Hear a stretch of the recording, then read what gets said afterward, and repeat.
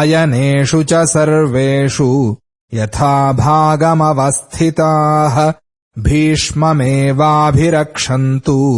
भवन्तः सर्व एव हि अयनेषु च सर्वेषु यथा भागमवस्थिताः भीष्ममेवाभिरक्षन्तु भवन्तः सर्व एव हि अयनेषु च सर्वेषु यथा भागमवस्थिताः भीष्ममेवाभिरक्षन्तु भवन्तः सर्व एव हि अयनेषु च सर्वेषु यथा भागमवस्थिताः भीष्ममेवाभिरक्षन्तु भवन्तः सर्व एव हि अयनेषु च सर्वेषु यथा भागमवस्थिताः भीष्ममेवाभिरक्षन्तु भवन्तः सर्व एव हि अयनेषु च सर्वेषु यथा भागमवस्थिताः भीष्ममेवाभिरक्षन्तु भवन्तः सर्व एव हि अयनेषु च सर्वेषु यथा भागमवस्थिताः भीष्ममेवाभिरक्षन्तु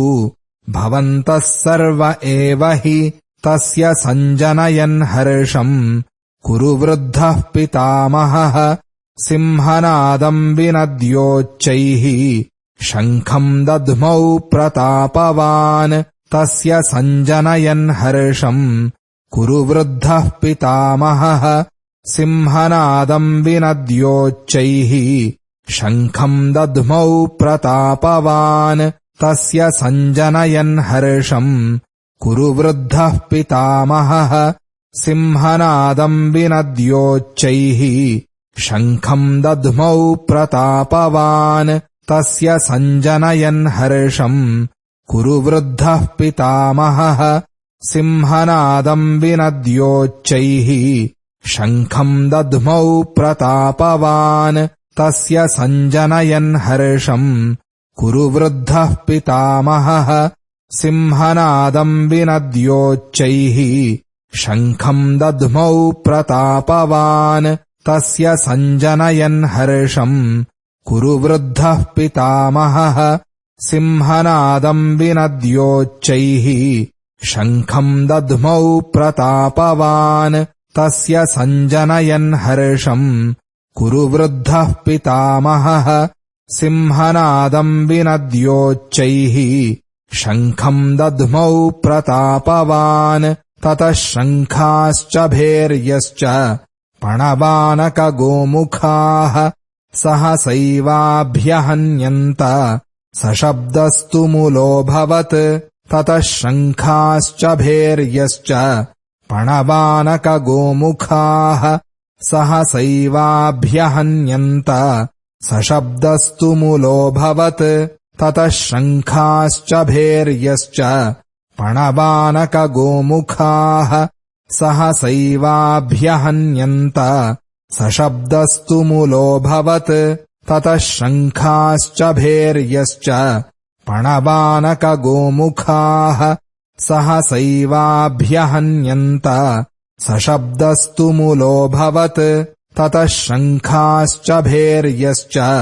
पणवानकगोमुखाः सहसैवाभ्यहन्यन्त सशब्दस्तु मूलोऽभवत् ततः शङ्खाश्च भैर्यश्च पणवानकगोमुखाः सहसैवाभ्यहन्यन्त सशब्दस्तु मूलोऽभवत् ततः शङ्खाश्च भैर्यश्च पणवानकगोमुखाः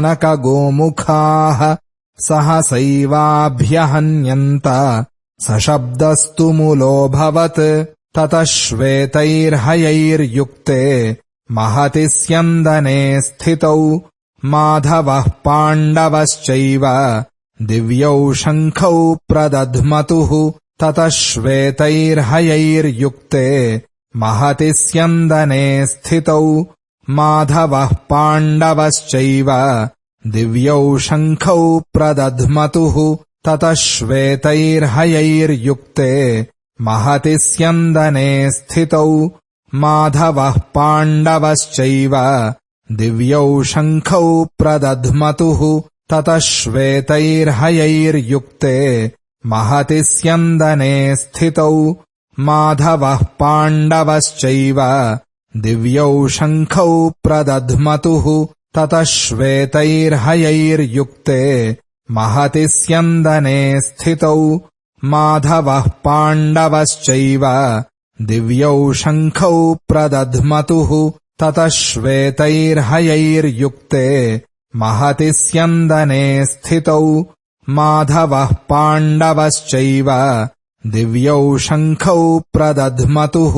ततः श्वेतैर्हयैर्युक्ते महति स्यन्दने स्थितौ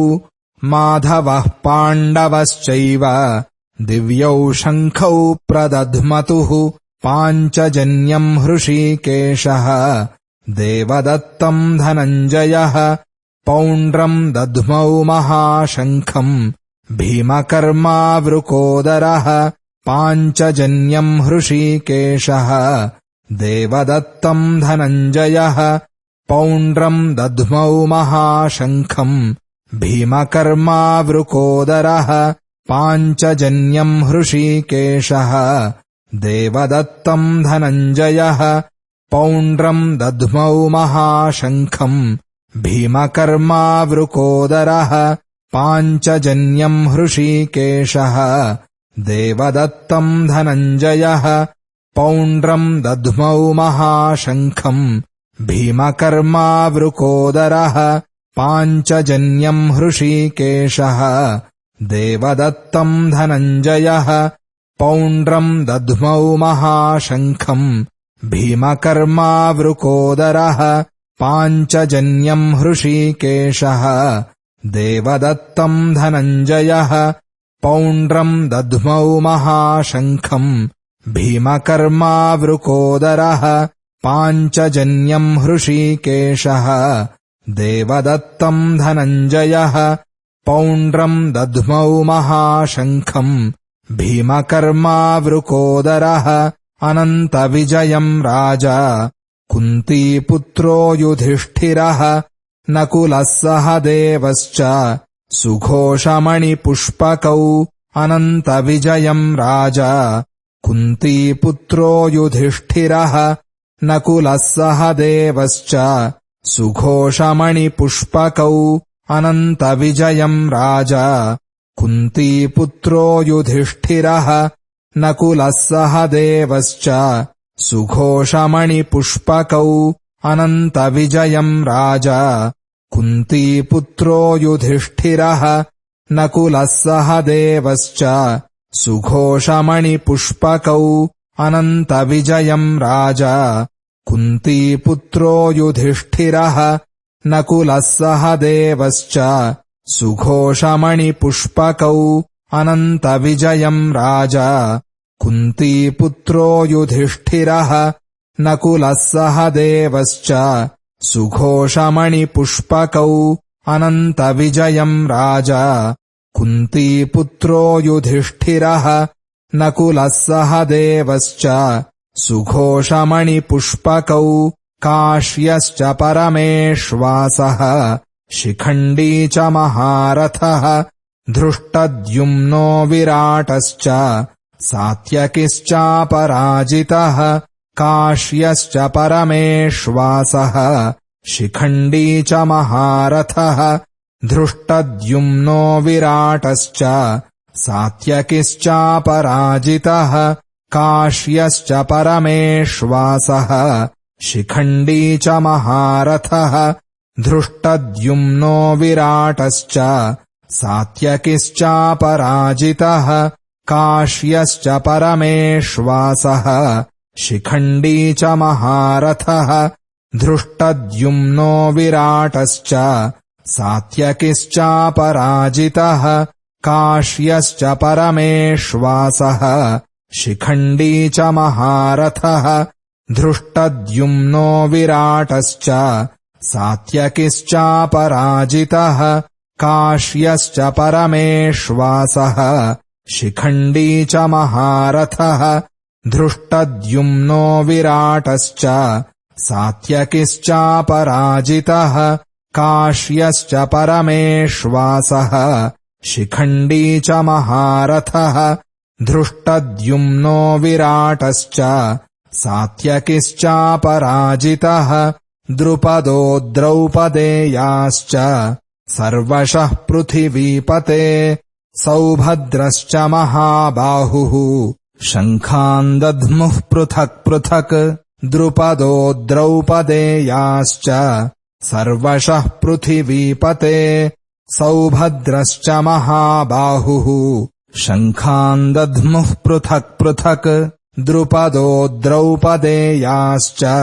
सर्वशः पृथिवीपते सौभद्रश्च महाबाहुः शङ्खान् दध्मुः पृथक् पृथक् द्रुपदो द्रौपदेयाश्च सर्वशः पृथिवीपते सौभद्रश्च महाबाहुः शङ्खान् दध्मुः पृथक् पृथक् द्रुपदो द्रौपदेयाश्च सर्वशः पृथिवीपते सौभद्रश्च महाबाहुः शङ्खान् दध्मुः पृथक् पृथक् द्रुपदो द्रौपदेयाश्च सर्वशः पृथिवीपते सौभद्रश्च महाबाहुः शङ्खान् दध्मुः पृथक् पृथक् द्रुपदो द्रौपदेयाश्च सर्वशः पृथिवीपते सौभद्रश्च महाबाहुः शङ्खान् दध्मुः पृथक् पृथक् सघोषोधार्तराष्ट्राणाम् हृदयानि व्यदारयत् नभश्च पृथिवीम् चैव तुमुलो व्यनुनादयन् सघोषोधार्तराष्ट्राणाम् हृदयानि व्यदारयत् नभश्च पृथिवीम् चैव तुमुलो व्यनुनादयन् सघोषोधार्तराष्ट्राणाम् हृदयानि व्यदारयत् नभश्च पृथिवीम् चैव तुमुलो व्यनुनादयन् सघोषोधार्तराष्ट्राणाम् हृदयानि व्यदारयत्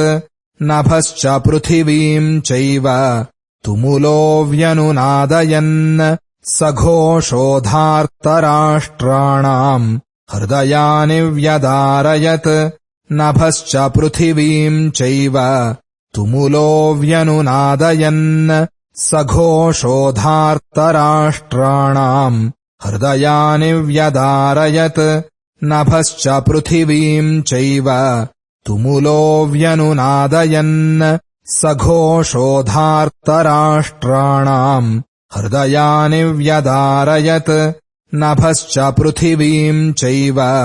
तुमुलो व्यनुनादयन्